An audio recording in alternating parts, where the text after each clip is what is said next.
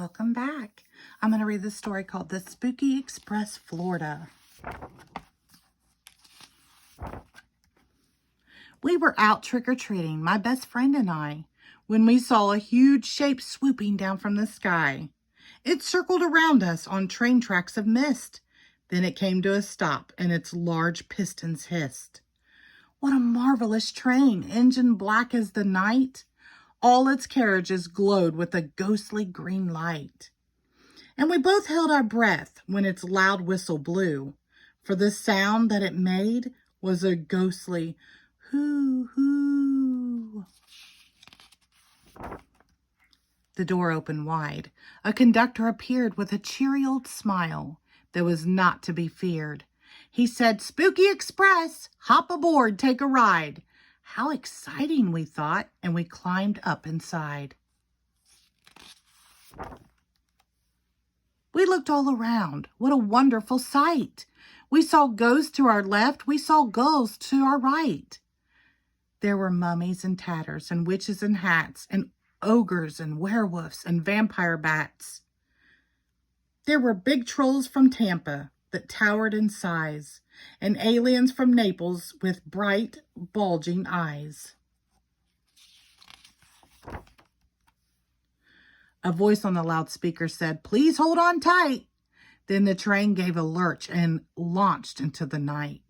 We glided along through a dark, stormy sky, and we watched as the streets of Orlando whizzed by. We zipped over South Beach with all its bright lights and looked down on Gainesville from dizzying heights. The ride was fantastic, but where were we going?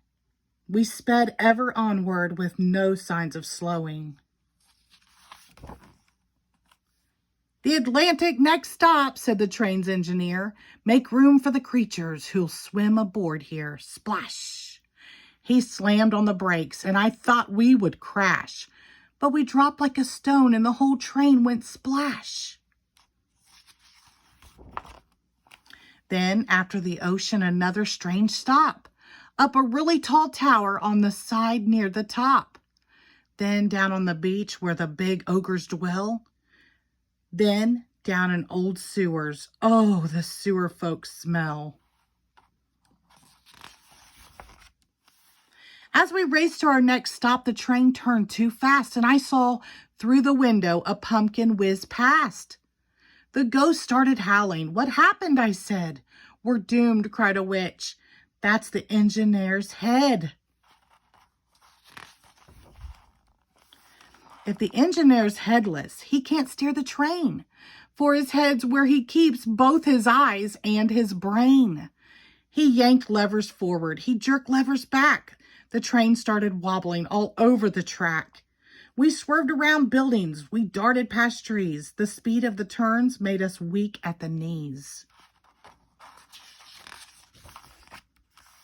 While everyone panicked, I stood up and said, "With the help of some friends, we can go get that head." "Miss Witch," I said calmly, "your broom, if I may.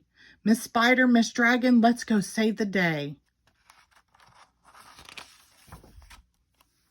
The engineer's head was in Governor's Park.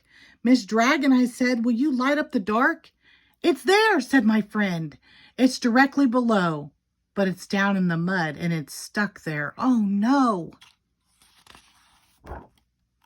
I turned to Miss Spider. "Please spin us some thread. I've got an idea. We will lasso that head."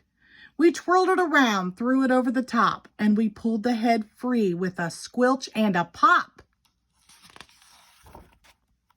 Then back we all flew through the wind and the rain with the pumpkin containing the engineer's brain. With his head in our hands, we jumped back on the train and we stuck his head onto his shoulders again.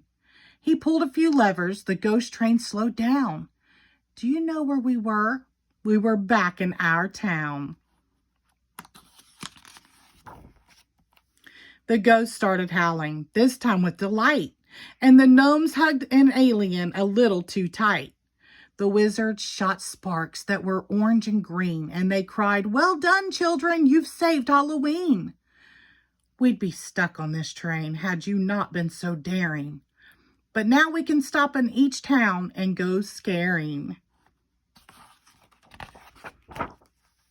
We jumped off the train, none the worse for our fright. This had certainly been the best Halloween night. The train started moving. Its large pistons hissed. It circled around us on a train tracks of mist. It launched itself skyward. Its loud whistle blew, and the sound that it made was a friendly hoo, hoo. Happy Halloween. The end. Thank you.